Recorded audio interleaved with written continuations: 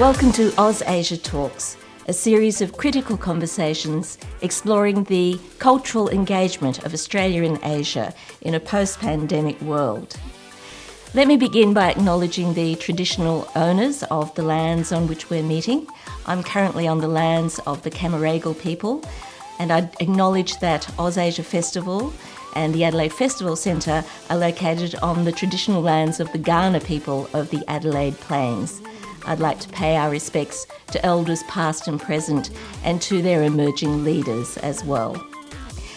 My name is Annette. I'm Artistic Director of OzAsia Festival, and in this session I'll be in conversation with renowned theatre director Ong Keng Sen.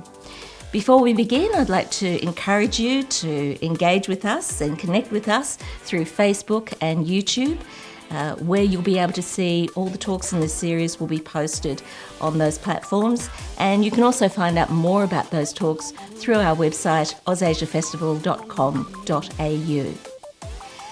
Ong Keng Sen is one of the most exceptional theatre makers of our times. He has been artistic director at Singapore's Theatreworks for more than 30 years, creating astonishing works that have toured all over the world. He even brought one of them, Desdemona, to Adelaide in 2000. He took a bit of a break from Theatreworks to found the Singapore International Festival of Art, which he directed from 2014 to 2017. After that, he went off to complete his PhD in Performance Studies at New York University. He established a Curators Academy, and now he's back in Singapore again as Artistic Director of Theatreworks, which has transformed into Theatreworks. And he joins us from Berlin. Keng Sen, it's lovely to see you again. Hi, good to see you. Good to see you too. We might as well start in Singapore because it seems to me that Theatreworks or Theatreworks was already in a sort of state of transformation even before COVID-19. So I was curious to ask you what things are like at Theatreworks and in Singapore. How is everyone responding to the pandemic and how are artists changing their ways? I think there's a lot of push to digitalize, and this, of course, is both a bane and a boon, because I think that for some of the artists and arts companies, they're really finding new ways and very deeply finding themselves on the digitalized realm. But at the same time, there are many others who are just having to fulfill the KPIs, and of course the National Arts Council and also the universities are all so happy because finally they can get the artists or the academics to digitalize. And so there's a strange sense. There's some people who feel a bit forced and some people who are relishing in the new freedom of the digital realm. Yeah. How do you feel about that? I mean, you work mostly in live performance. And for me, I'm a bit of a snob, right? Because I used to work in television. And I know how different it is when you put a camera in front of live performance. For me, it doesn't necessarily work because not only is the lighting very different, but the timing and the editing. And, if we want something that looks great on screen, we go to the cinema. But putting a live performance on a screen, for me, it concerns me a little bit, trying to go from one medium, crossing the mediums. I think it has to be reconsidered completely. You can't just use the same performance that you've rehearsed for a stage to become digitalized. It really has to be tailor-made for the digitalized space, which means like thinking in terms of like more like a film situation. So like close-ups, thinking of how to redirect so many things. So actually it's an entirely new performance. So for example, if somebody asked me to make one of my old shows on Zoom or on the digitalized realm, I really have to redirect it.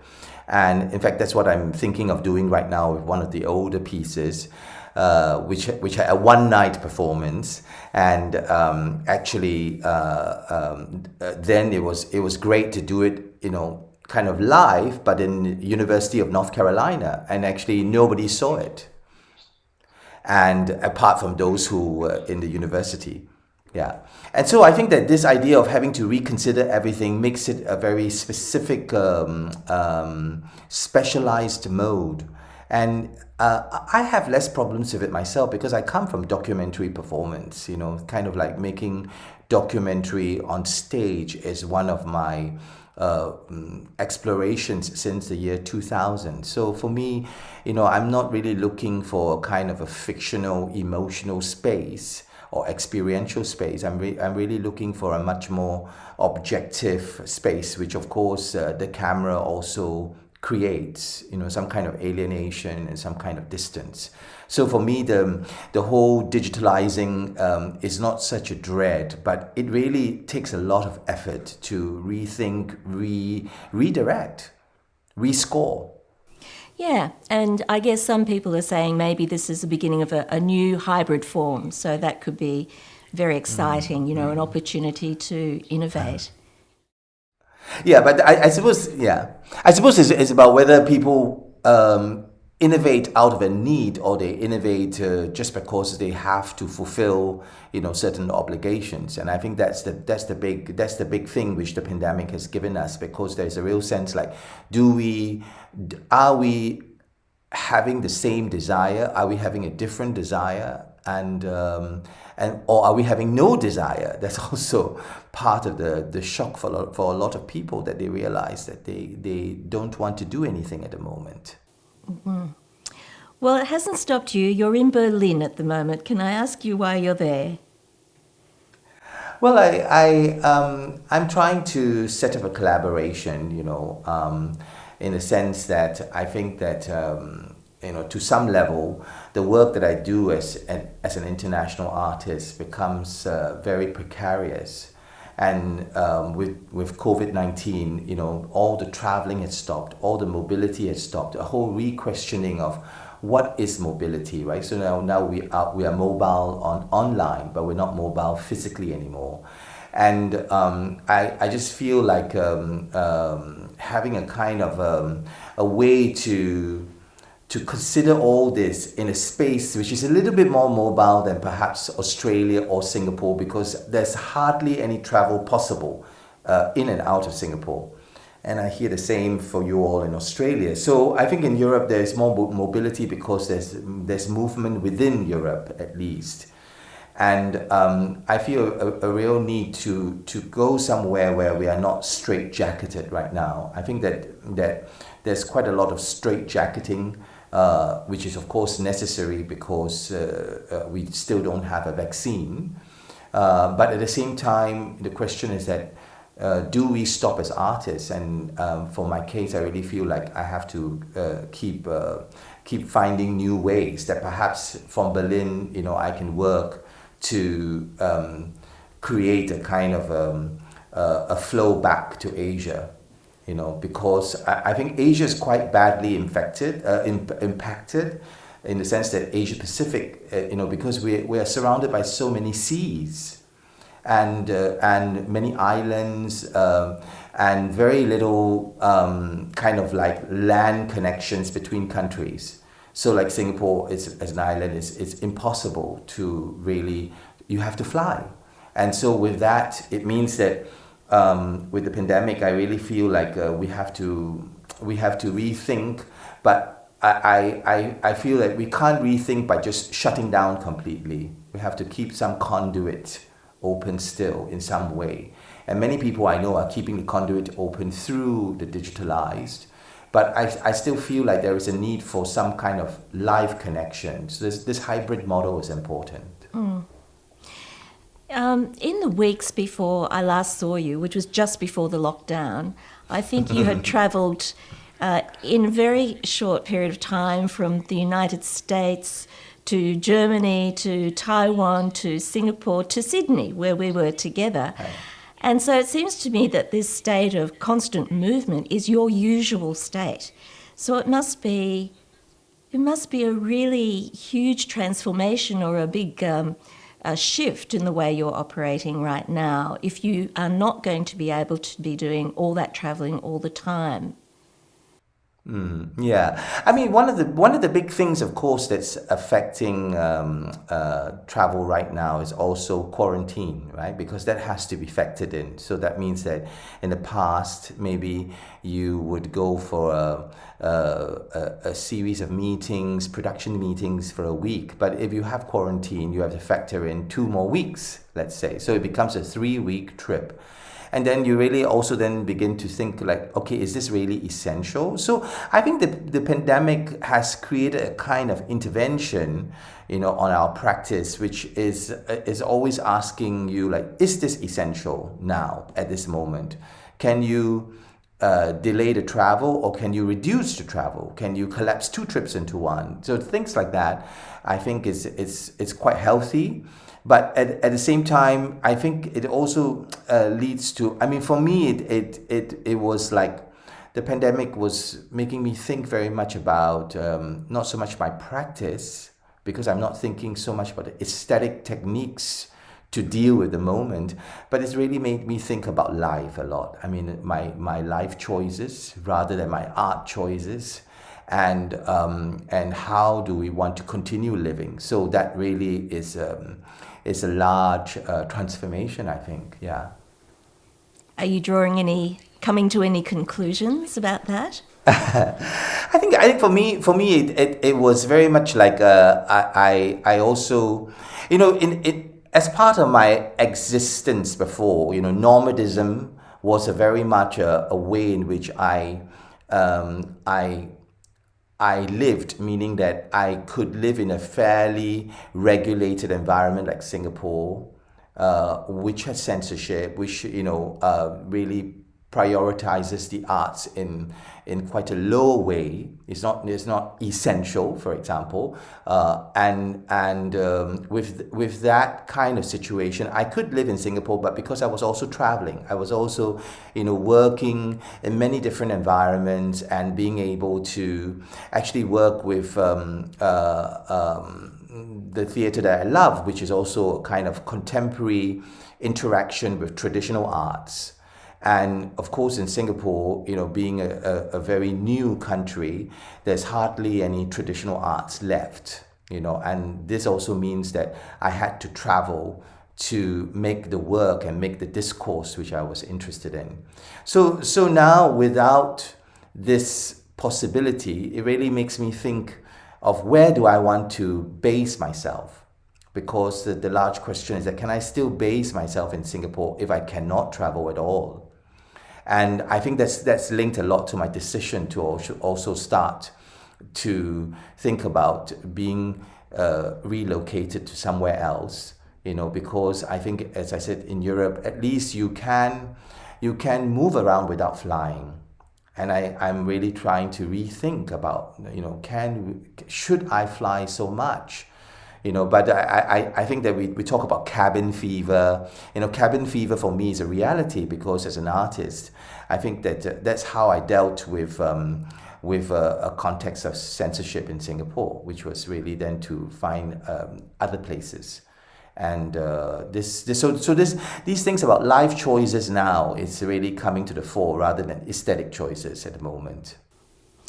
One of the things that's marked your body of work is how you move so easily and constantly between so many different art forms, from the traditional to the contemporary, where you'll, for example, with Trojan Women, you take a Greek classic tragedy, you reimagine it with the traditional Korean sort of operatic style, pansori, and there's even a little bit of K-pop in there. So it's almost like you bring in everything into your works, yet you do it with a really deep understanding of each of those art forms.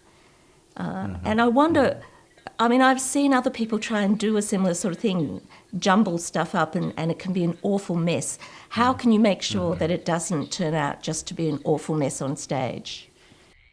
Well, you see, that's also been very related to being able to travel, because I think that that being able to travel is essential in the sense that you can give time and you can give an immersion. So like Trojan Women, for example, took 3 years to prepare. And those 3 years was a kind of a series where I had the privilege to, come very close to the tradition. But I could also go out back to my own life, and this inside outside is a real is a kind of modus operandi of the way that I work, so that I can constantly flip between two modalities of, let's say, the contemporary and of the traditional art form. But this can be very dangerous if you are doing it very quickly. That means you're just kind of like a hodgepodge, let's cut and paste everything together. And I think that in a kind of a 3-year process, which most of my works take about 2 to 3 years, like the piece in Taiwan that we are doing was 2 years, and now with the pandemic it's going to become 3 years. And that's just a solo. But even with the solo, there's a lot of deep working with the individual about her context, and I feel like this is the central way in which I want to work. I want to be immersed with time, but I also want to be able to leave and to come back, so that I come back with new considerations. And of course, there are lots of artists working in this way. For example, Korean artists have been working, contemporary artists have been working with Pansori as well, but I think that I bring in a different perspective, mainly because I'm not from Korea. So I keep coming in and out in a way which allows me a certain flexibility and freedom to not be culturally bound so much, but at the same time try to find the respect, because you're immersed so deeply into the anxieties of the practitioners of the form. I think that one of the big things you realize about traditional arts is that there's a lot of anxiety, a lot of questioning amongst the practitioners of, is this still relevant? What am I doing? Making a 200 or 300-year-old form come alive. And I think that's a very human and it's a very effective space. For me, I've always felt that with traditional arts, who's the performer behind the mask, behind the costume? And this is a person who is probably driving a car, talking on Skype, working with her iPhone, and so it's very contemporary, but yet they switch into this very traditional mode. And I'm interested in who's this person actually, who and of course their anxieties of what they're doing today. Is that part of your purpose, do you think, in using these traditional forms like pansori or kabuki or no theatre? Is it part of your purpose to find ways in which those traditional forms are still relevant in a contemporary world? I think that it's not so didactic, but obviously it's there as a kind of subliminal level, right? That means that when you watch something like Trojan Women, you are moved by the fact that this form is still making you emote in very deep ways about the plight of women in war, for example. So you really get the sense of both their vulnerability and helplessness, but also their strength and their determination to be counted, to be more than just the rubble, right? And they still have their personal histories, their lives. And I think that part of my work is very often dealing with the tension of difference. So when they're, rather than trying to harmonize, rather than trying to create a fiction that there is no tension. So very often the pieces which are, they always say the pieces which are very OKS are the ones which are very difficult. My name Ong Keng Sen. So very OKS means that they are very challenging, they're very stressful, they're full of tensions and differences. And actually, because of that, you realize the tension of being traditional in a contemporary world. And is it then And why is it then important? But the didactics of that is not sometimes so immediately felt, but it's a subliminal level, and you're responding to the emotion. And after that, probably some people might say that, wow, I still could feel all this despite not being from Pansori or not being from Korea. And that means that it's relevant, right? Because you were still affected by all this without understanding the language. I think that somebody in Holland said to me, because they saw it in the Amsterdam Holland Festival, and they said that, wow, now I have a sense of how Greek theatre sounds. Because of course, what we have of the ancient Greek theatre are the texts and the masks. And that's really it. I mean, it's a comic text or it's a tragic text, but how did the chorus really sound? Did they really proclaim their text, or was it in a more singing way? And so this person who is not Asian said that, gave me a sense of how Greek theatre could have sounded, at the time of Euripides, where this singing really goes so deeply into a way of chanting, which is not just text speaking, but it's a kind of hybrid between speaking and singing.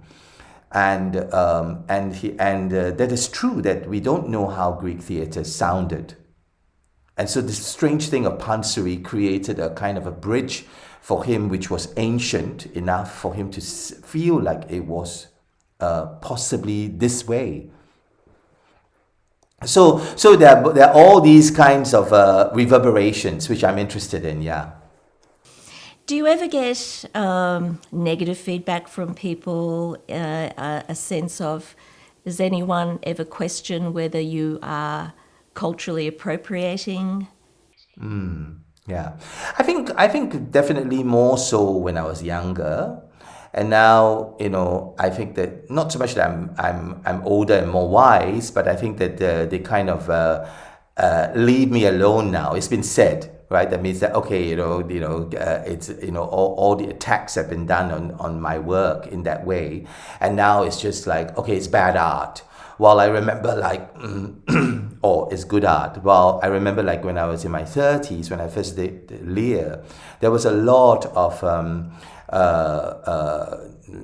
kind of like negative feedback that was very much like there was a lot of slamming, and I think that happens when you have no history, no background, and you're a new kid on the block, and people think that it's not considered what you're doing. People think that you are stupid, that you are not aware of cultural politics and the importance of decolonizing yourself. And I think that this is really very interesting, because I think that all of us, being, I would say, Asian, other, or both in the international circuit or both in your local circuit, I think there's a very strong sense of decolonization and the post-colonial space. I mean, you can't be other without facing this reality of what's post-colonial and what's colonization. So I think that when you are much younger, people just kind of slam you. But now I think it's also that, as I said, they leave you alone because you are incorrigible, right? You don't change, or you continue to do it, and then they get bored. They go on to slam some new person, So yeah. Well, you've survived it very well. But I find that a really interesting concept about decolonizing yourself, because the area in which I do a lot of work with Asian Australian artists, trying to tell our stories in Australia, which is predominantly a Western society, trying to make our way in the theatre form, which is also predominantly Western, and trying to find the ways in which we can stay true to our stories and our cultural heritage, and then dealing with all the different factors that influence you along the way, especially as a new artist, an emerging artist, when others try and influence the way in which you see that story and the way in which you portray that story. So what would your advice be to emerging Asian Australian artists, for example, who are trying to tell that story and also being aware of this idea of decolonising themselves? I think that the large fact that faces all of us is that I think that human beings are very colonial in the way we interact. We do want to make people become like us. And so, in a way, of course, because we are colonized, doesn't mean that we are immediately not a colonizer ourselves. So there's a very strong sense that sometimes perhaps the narrative doesn't belong to you. You think it belongs to you because it feels like your story, but it's not your story actually. So it's somebody else's story who has some affinities with yours. So there's also this fact that the colonized may also become a colonizer. So that's one element. The other element is that I think that you just have to keep doing it. Because I feel that as you keep doing what you believe in, just like myself, there comes a moment when people leave you alone because you are incorrigible. You keep wanting to tell these stories, and these stories have to be told in your way, and either they just lose interest in you. But of course, when they lose interest in you, what happens? Does it mean that the world has changed, or maybe the world hasn't changed? So there's a real sense that I think that we also need to have a kind of the politics of gathering, which I think is really the difficult thing right now, because with the pandemic we can't gather. So the finding solidarities is really hard, and finding alliances, finding like-minded people, because on Zoom we are basically two-dimensional. We're not able to get deeper into a three-dimensional experience. So finding solidarities is really through words and language, like how we're doing right now. And this also cuts off many other spaces. So I think that I would say three things. I mean, one is that to be aware that you could also be colonizing, even though you have been colonized. And the second is to really keep doing it. And the third is to strive to find those solidarities, because it will help all of us. Yeah, very tricky but very interesting area to be thinking about, as if it isn't hard enough to make a new work as it is. Yeah. I'm very interested in the new work that you have been making in Taiwan. Because apart from everything else that's been going on with the pandemic, this has also been quite an extraordinary year with the shift in the geopolitical shifts and power plays that are happening in our region. Mm-hmm. So this new work you're making is called 1,000 Stages, Yet I've Never Quite Lived. Can you tell us about that work, what it's about? Well, it's about a Beijing opera actress in Taiwan, and in Taipei in particular, and she's now in her mature years, and it's really about 50 years of her life. But one of the strongest things I feel is that this idea of how an artist becomes a lens for us to understand that society, the society that he or she grew up in or is living in. And of course, the irony of her work is that she's Taiwanese, but she's harking back to a mainland China form. In fact, this was the form that Chiang Kai-shek, who fled from the Communist Party and fleeing from China, he came to Taiwan, to this island of Taiwan, and he moved all the heirlooms of the dynasties before. So basically he moved the whole Republic of China to the island of Taiwan, and Mao Zedong took over the whole of mainland China. But yes, that's right. And anyone who's ever been to Taiwan and visited the Palace Museum will know of the many riches that ended up in Taiwan. Yeah, it's almost like you can find the ancient China in Taiwan, but you can't find it anymore in mainland China because all these heirlooms are now in the island of Taiwan. And I think what is interesting is that when I say this contradiction, because she's Taiwanese, but she's schooled in this form, and she's schooled in this form which is from mainland China, which is a contradiction, right? Because there's on one hand the search for an independent identity, and then yet she's so deeply in this life which comes from the mainland heritage. And the reason because of this is the history, because she went to the army. She went to the army and she was trained in this form, and that's because Chiang Kai-shek saw it as that from Taiwan he had to hold on to the China identity.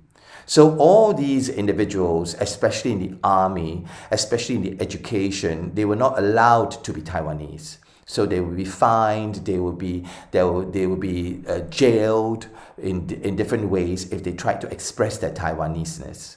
So here is a young girl at the age of I think she was 10 when she went into the army school to become an actress of a China style, a China theater, as a way of, in a way, colonizing Taiwan, and in a way to insist on being Chinese, as in China Chinese. And so this form is therefore a colonial form and a colonizing form in Taiwan, because they also have Taiwanese opera, which is their local opera. But Beijing opera was seen to be a military endorsement of an authenticity, a correctness. So you see, so that immediately tells you why I'm interested in this idea of an individual artist who's a lens to that time. Because she was a girl and she entered this form and she completely schooled herself to become the China heritage. But then now in Taiwan today, it's old-fashioned, it's irrelevant, because people are all wanting to be independent. So what do you do with your old form, which is actually very virtuosic, and she's a big master of that form, but the locals see it as something colonizing, and they want to move away from it, and they want to find their own identities. And you get a sense of this very she's a diva, she's glamorous, and she's a wonderful virtuosic performer, but at the same time she was once like a Betty Grable. She trained in the military. She was under military training. She was a military actress. She had to go through all the discipline of the military, and they were performing like the Betty Grables of that time in all the bases, in all the different army bases. And the main audience was the soldiers, to indoctrinate the soldiers into a way of connecting with China. And of course, this also went down to the propaganda in schools and in daily life. So she was part of that propaganda machinery. And the dilemma of that is really interesting. And I think that what I strive to do in my interactions with traditional arts is to find the individual inside the traditional art. So the actor is not a representative of the culture, but the actor is in conflict with this representation, because he or she has her individual self.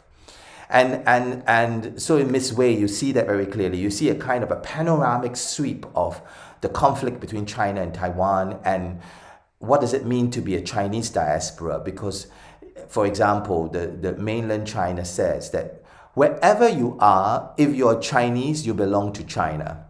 So what does that mean for a Singaporean Chinese, for an Australian Chinese, for a Taiwanese Chinese, when the motherland, in inverted commas, thinks that you belong to them, even though you are Australian or Singaporean or Taiwanese?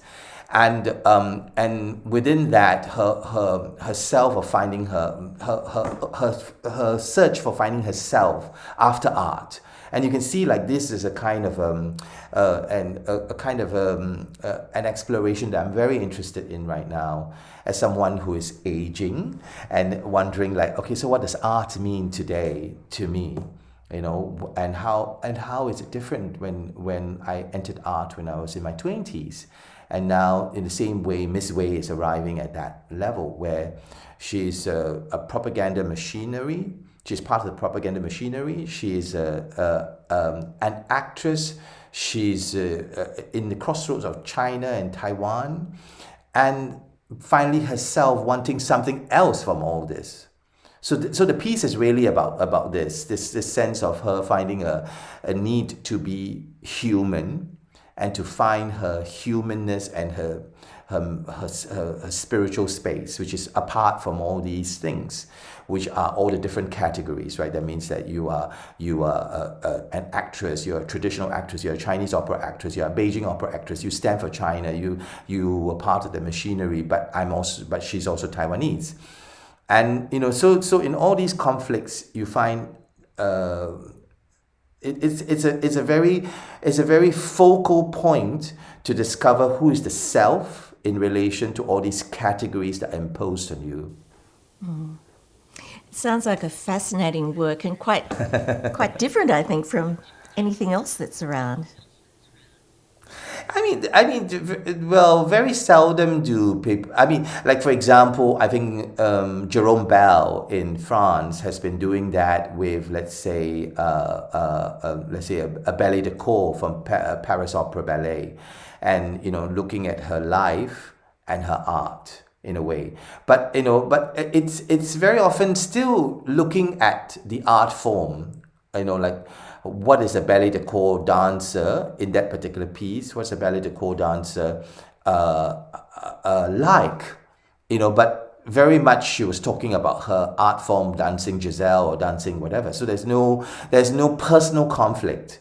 And I think that in my pieces, I'm more interested in getting a little bit dirty, I suppose. That I'm quite interested in, like, what is the real conflict with life.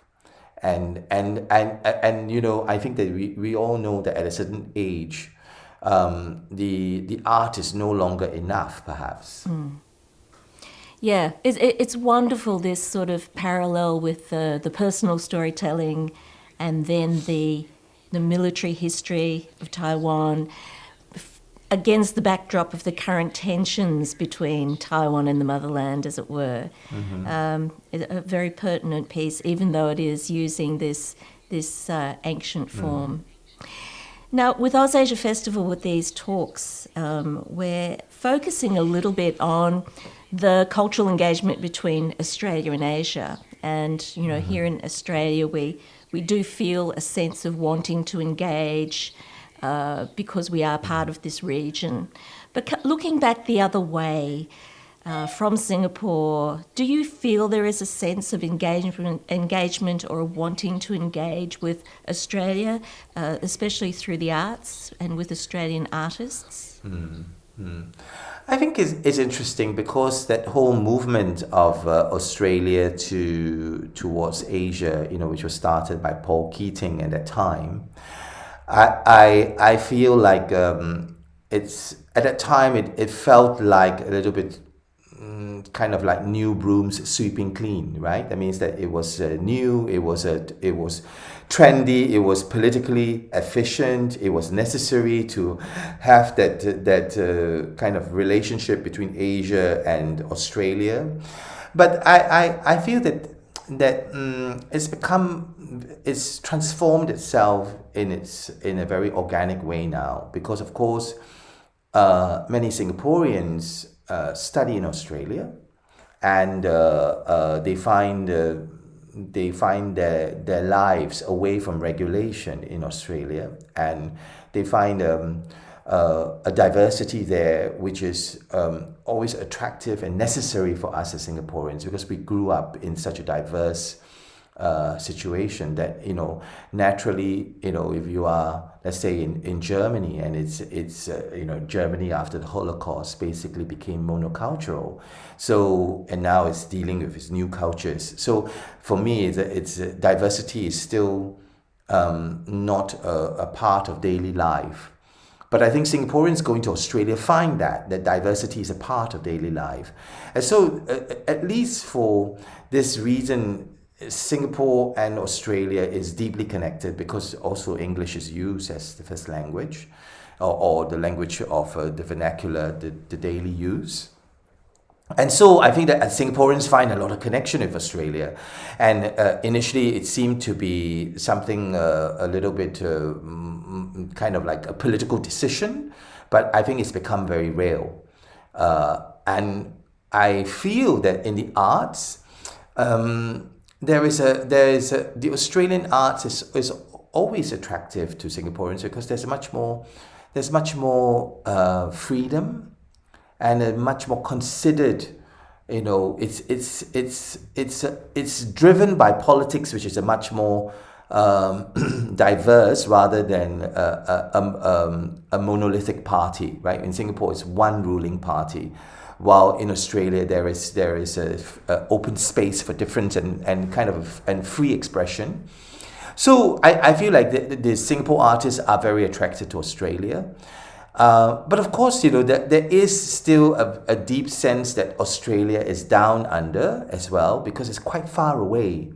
It has its own microclimate. It has its own reality, being a large island continent.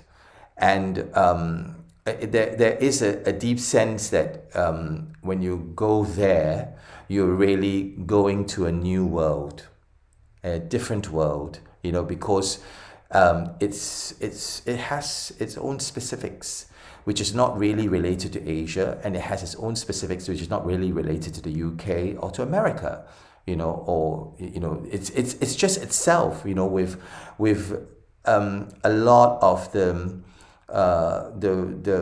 realities of I think First Nations, and the sense of the who this land belonged to, that kind of struggle is so deep and so rich, and in a way it's something which is completely not felt anywhere else in the world, unless you're going to, let's say, Canada with the Inuits and or Greenland. It's not even in the US with the native Indians. That's already the battle is already very much won by Trump and his people. Yeah, I guess there is a sense of that in New Zealand, but also in Taiwan, which has a very strong cultural scene with the First Nations people there, and that adds real depth, I think, to the contemporary. Yeah, I think what's very interesting about the piece with Miss Wei, 1,000 Stages Yet I've Never Really Lived, is the fact that even though she doesn't speak about it, there's a whole sense of this strangeness of being there as part of several colonizations. The first colonization of Taiwan was by Japan.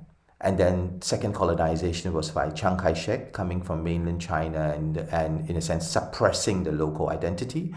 And then the third colonization is the neoliberal economy, right? Which started, when I was young, there was always this like made in Taiwan goods, which were very badly made. That means you might buy something like an appliance and it breaks down after a year. And it was all this kind of local factories plugging into the neoliberal economy, and the American industry especially having outlets in Taiwan to produce vacuum cleaners, produce things quickly and cheaply. And that was the third colonization. So I think that you also see these various colonizations in Australia, these different levels, and that it's a constant colonization never really stops, and migration never really stops. There are new waves, and it's over and over again. And you see a kind of I suppose a people and a nation coming out of these different levels of colonizations, bandaged in many different ways. And the question is that how can we still really look up, despite all the bandages on our bodies, all the different battle wounds and the different struggles, but how can we still stand up and look at the sun or at the sky despite having a very scarred body? Absolutely. Well, it's been such a delight to talk to you, Keng Sen, and fascinated by this work, which was another victim of the pandemic, in that you were meant to open it in April this year in Taiwan, and it's been postponed to next year, I believe. Yeah, correct. And so, there's been already a lot of interest about it. There's been interest also from Japan and, lots of in Holland. Lots of people are asking about it. And of course, this is really uncertain. I mean, I think that one of the strongest things about the pandemic is really that it starts to make us ask very important questions. If you could only bring 3 international shows, what would they be? Into a festival, and I think that this was something that I was really very shocked by in March during the beginning of the pandemic, when the Festival Academy based in Brussels was doing this lab and asking all of both the mentors and the participants to think about this, like, if we couldn't travel fully and we had to prioritize what to bring, what is really still essential. And so that for me is a kind of is a reason to keep drilling away to find the end of that work, because I think that it is very important. In a strange way, Taiwan has become a kind of essential seed for us to think about these crossroads. It's like the self and the nation, and I suppose it's involved in such a it's like David and Goliath, right? It's with in relation to China, and so suddenly we get these moments of like both China and Hong Kong having this kind of moment, and also China and Taiwan, and there are these moments of urgencies. So for me, I feel like it's really important to finish the work and to really complete it, because it has so many things which are not about the national, but about this individual who is at all these crossroads with all these layers of time. And I think that many Australians also have this feeling that, having grown up, let's say, in the 60s and 70s and 80s and 90s, and how these times have changed in your country. I can imagine that, a stolen child having all these different, layers of how the country changes, and then suddenly his or her solo narrative becomes a vision, a lens to see the whole country. Yeah. Well, Keng Sen, unfortunately, we have nearly run out of time. So I do hope that before long you will be able to be on the move again, which I have to say is your usual state, and it would be wonderful if you could come and visit us next year at OzAsia Festival. Oh yeah, I would love to. Thank you so much. Do take care, and it's really great to chat with you. Thanks, Annette. Thanks, OzAsia. Thank you for listening to In Conversation with Ong Keng Sen as part of OzAsia Talks 2020. You can engage with us through Facebook. We'll be posting new videos every week from the 20th of October through to the 3rd of November.